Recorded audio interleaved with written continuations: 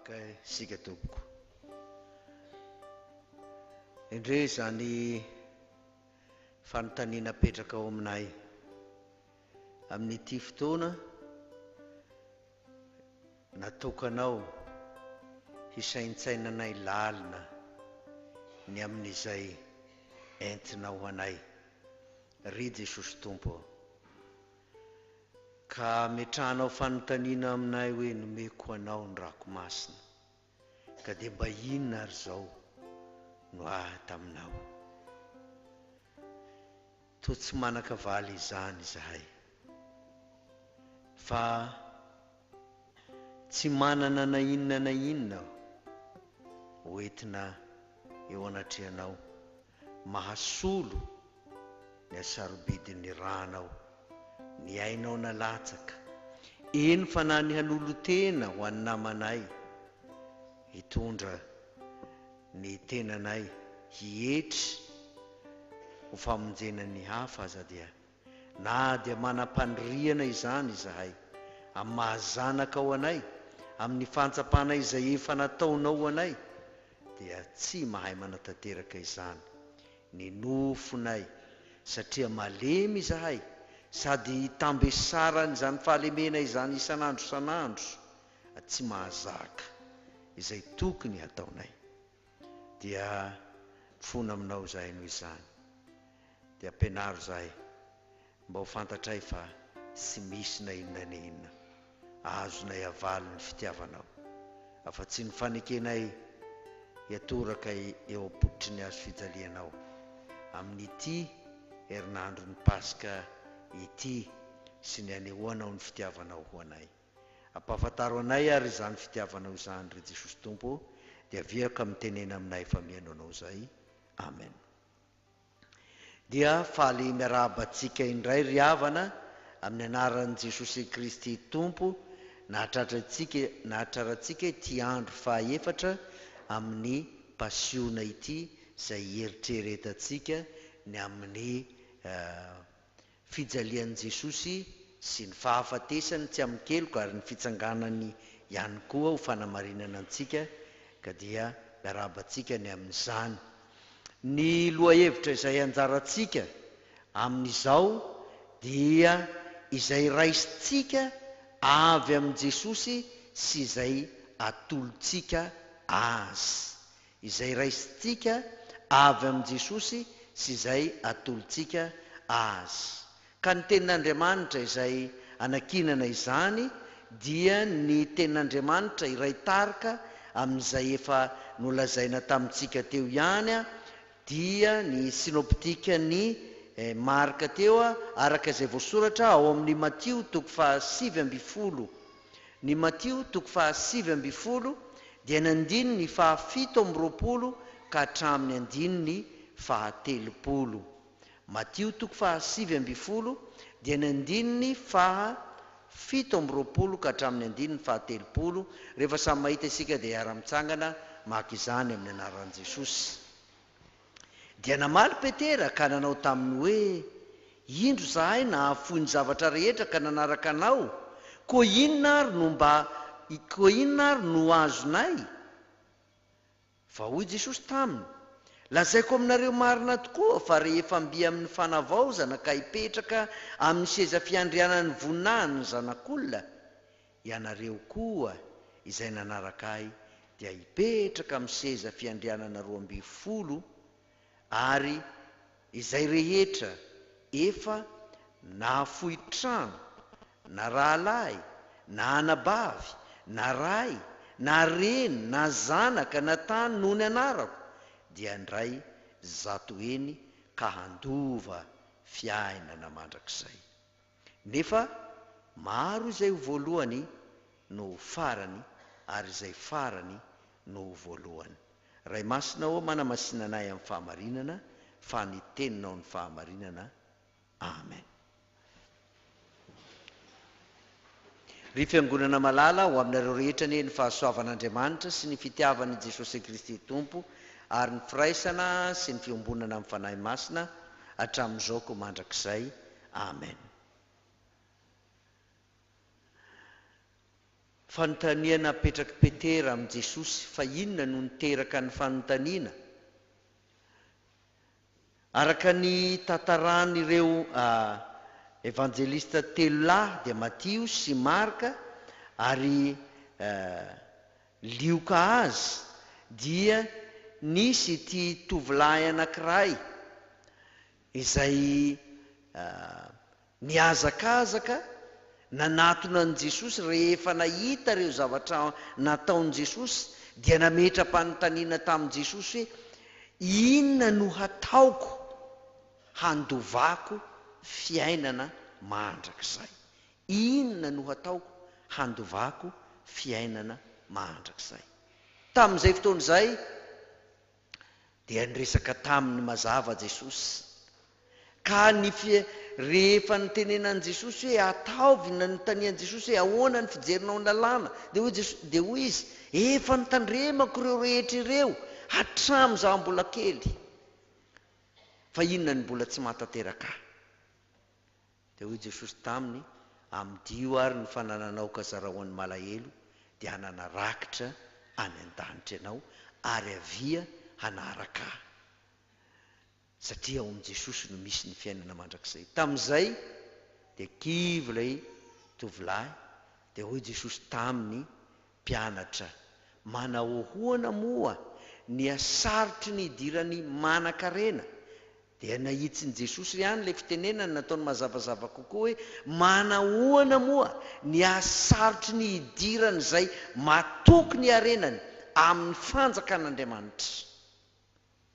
Fa ho moramora kokoa ny idirany rameva amin'ny vody fanjaitra no idirany izay matoky ny arenany amin'ny fanjakan'Andriamanitra. Kivy Petera, kivy ny mpianatra, ary nametra-panontaniana tamin'i Jesosy tamin'izany hoe iza indray ary no azo vonjena, iza indray no azo vonjena. Ity olona ity tena mahatoky, nanao ny ainy tsy ho zavatra tamin'ny fitandremana ny lalàna, ny sitrapon'Andriamanitra, nanao araka izany mba handraisany ny fiainana mandrakizay, handovany fiainana mandrakizay. Ary mety efa nanao asa soa maro tamin'ny olona koa ity lehilahy ity, satria heverina raha ny amin'ny finoana jiosy dia isan'izay andovana fiainana koa ny fanaovana soa amin'ny hafa. Ka dia miheverina fa mety efa nanao izany koa izy. Amin'ity fotoana ity manatena ity mpampianatra anankiray izay heverina fa ity no Mesia iran'Andriamanitra, nanatena ahita valiny sy toky ary fanantenana ny amin'izany. Kanefa tena zavatra tsy azony olona eritreretina no nitranga izay nolazain'i Jesosy ho moramora kokoa ny idiran'ny rameva amin'ny vody fanjaitra noho ny hidiran'ity tovolahy ity izay matoky ny arenany, ka na dia natsoin'i Jesosy hoe andao anaraka ahy, noho n'io dia sakana ho azy ka tsy afaka nandeha izy. Dia hoy Jesosy, amin'ny olona dia zavatra tsy hainy izany, fa ny zavatra rehetra dia hainy mino, na ny zavatra rehetra dia hain'Andriamanitra koa. Zavatra tsy hain'ny olona izany, sarotra amin'ny olona ny hiditra amin'ny fanjakan'Andriamanitra amin'ny sitrapon'ny tenany sy amin'izay azony tenany atao, fa ny zavatra rehetra dia hain'Andriamanitra. Tena ela no tsy nahazahoako ity dikan'ity tenin'Andriamanitra ity, ary efa mba namakimaky boky maromaro ihany amin'ny heviteny aho nijery ny dikany, fa samy mitovy avokoa ny lazain'ny mpandika teny. Fa rehefa nampianatra mpiomana ho mpiandry aho tany fiadanana, dia mpiomana anankiray izay, satria ity no tenin'Andriamanitra pratika nampanaovina azy ireo, no namoaka heviteny izay vaovao tamiko tsy mbola reko. Fa hoy izy, rehefa totoana ho koba ny rameva, izany hoe araka izay ataon'ny olona amin'izao koa, raha misy olona anankiray maty amin'ny firenena sasany dia mety dorana dia avy teo atao ho koba, ka rehefa lasa koba izy levona tanteraka dia azo ampidirina tsikelikely ao amin'ny vody fanjaitra satria ny vovoka tafiditra ao amin'ny vody fanjaitra. Levona ilay maharameva azy, levona ilay maharameva azy. Tsy hita intsony hoe rameva ity fa ny hita dia podra no hita, ary raha tsy lasa podra dia tsy ho lasa tafiditra ao amin'ny vody fanjaitra. Amin'ny olona dia zavatra tsy hainy zany fa ny zavatra rehetra hainy meny. Ka izay fieverana tao anatin'ity tovolahy ity, izay mieritreritra ny angezany sy ny mahaizy azy hahafahany miditra amin'ny fanjakan'Andriamanitra, dia tsy ho tanteraka mihitsy izany, fa tsy maintsy mahafoy ny zavatra rehetra. Ary hoy Jesosy, raha misy olona te hanaraka ahy, tsy maintsy mandany tenany, tsy maintsy ho levona no momba ny tenany sy ny mahaizy azy, k'Andriamanitra no hitantana azy. Io no niteraka ny fanontanian'ny Petera eto hoe, indro ary zahay nahafoy ny zavatra rehetra ka nanaraka anao, to diso fanantenana zay ity, zay angamba no tokony ao ambadika. To diso fanantenana, nafoy ny vady aman-janaka, nafoy ny sambo, nafoy ny fivelomana tany amin'ny ranomasina Galilea. Izy miray tapo hatramin'ny ray aman-dreny ny laozany, ry Jakoba zanak' Zebedeo, nafoy ny ankohonany, eny ny rainy aman-dreny efa antitra aza ny laozany. Inona no azonay? Io no fanontaniana velona mandrakariva ao anatiny fony olona, ny olombelona. Raha manao ity zavatra ity aho, inona no azoko? Inona ny vokatra andrasako? Izaho efa manao tahaka izao, ary amin'izay fotoana izay dia mandrefy izay nataony ny olona, hampifandanjainy amin'izay ataon'Andriamanitra aminy. Mandrefy izay nataony. Ary izay no maha olombelona atsika, mandrefy izay nataontsika. Efa nanao an'ity sy ity. Ary hoy ilay lehilahy anankiray zay nanana zanaka azon'ny demoniaka, hoy izy, efa netiko tamin'ny mpianatra ao fa tsy hainy. Io le fandrefesana. Efa nanao tahaka izao zahay, fa inona, nahoana ny tsy misy vokatra? Inona ny vokatra andrasana? Lazainy Jesosy fa izay nahafoy dia hipetraka amin'ny seza fiandrianana 12 ka hitsara ny firenena 12.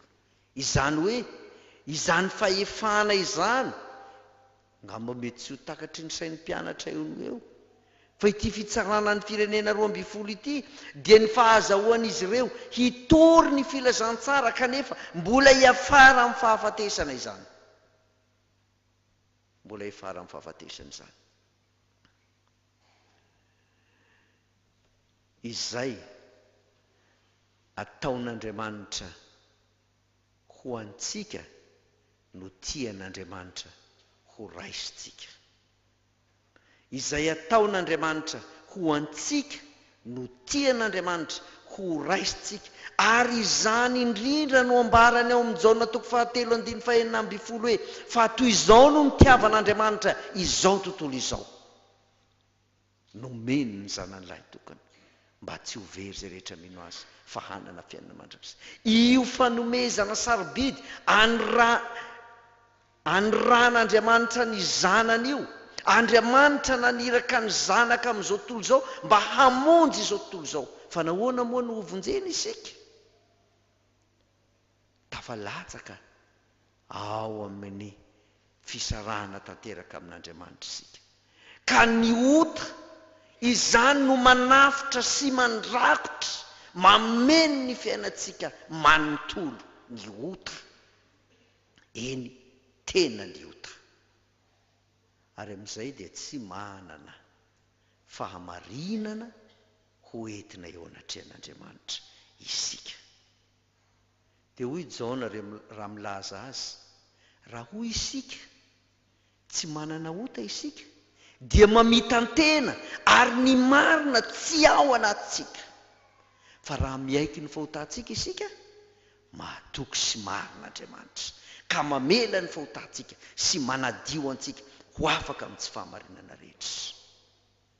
Inona ny takian'Andriamanitra amin'izay, amin'ny mpanota, amin'izay atongavany eto amin'izao tontolo izao, ka hanomezany azy ny soa rehetra, ny fitahiana rehetra, araka izay lazainy hoe tsy maintsy handray avo zato eny dia tany zanaka ray reny.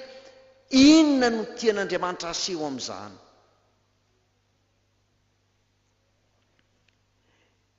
Izay mamin'Andriamanitra indrindra dia izao: ny hinoa ny olona izay ny rano.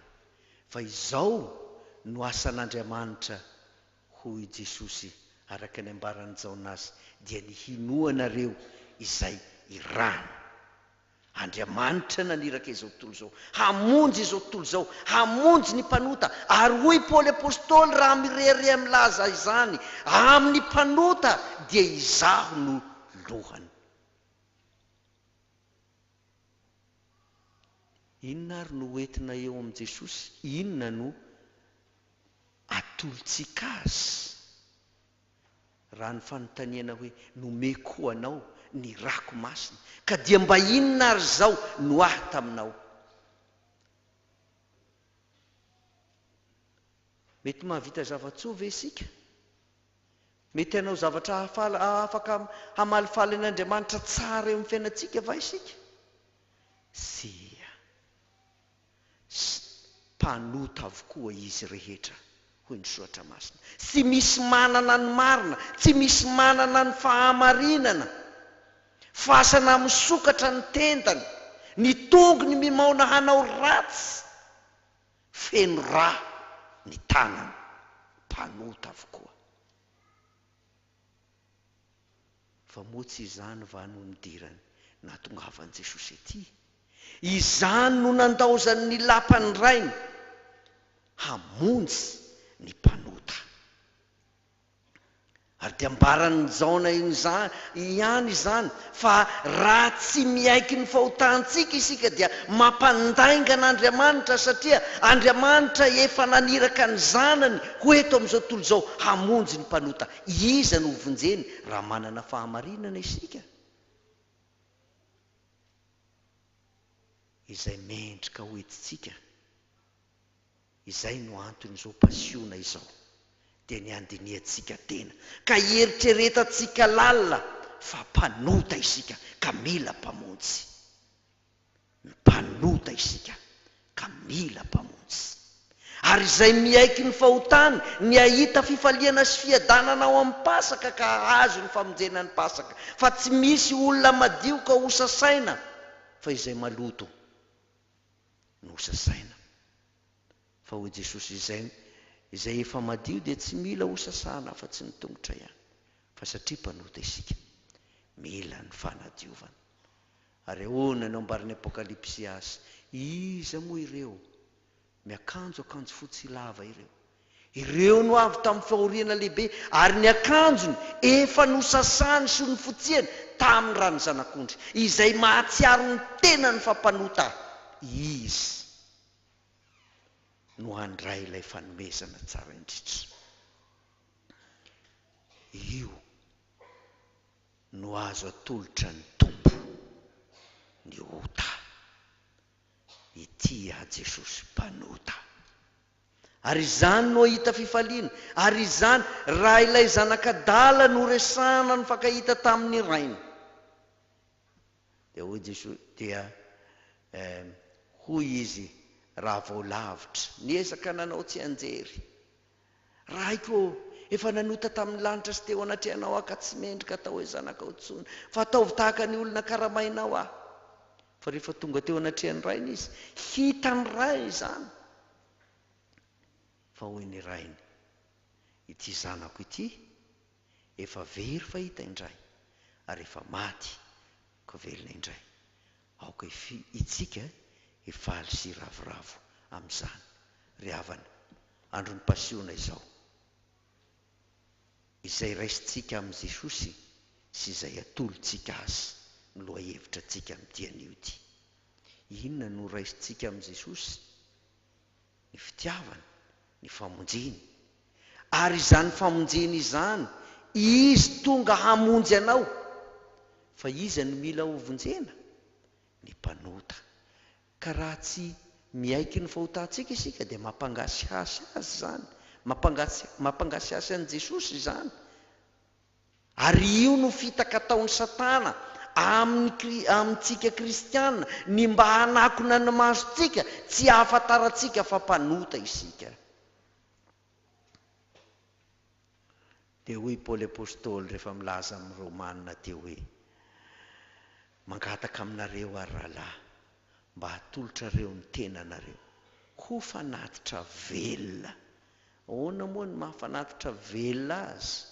Fanatitra, mahatsapa fangiriforiana, manana ny fiainany, manana ny fivoliany koa. Kanefa masina ho an'Andriamanitra satria efa no hamasinina sy ho nodiovon'Andriamanitra.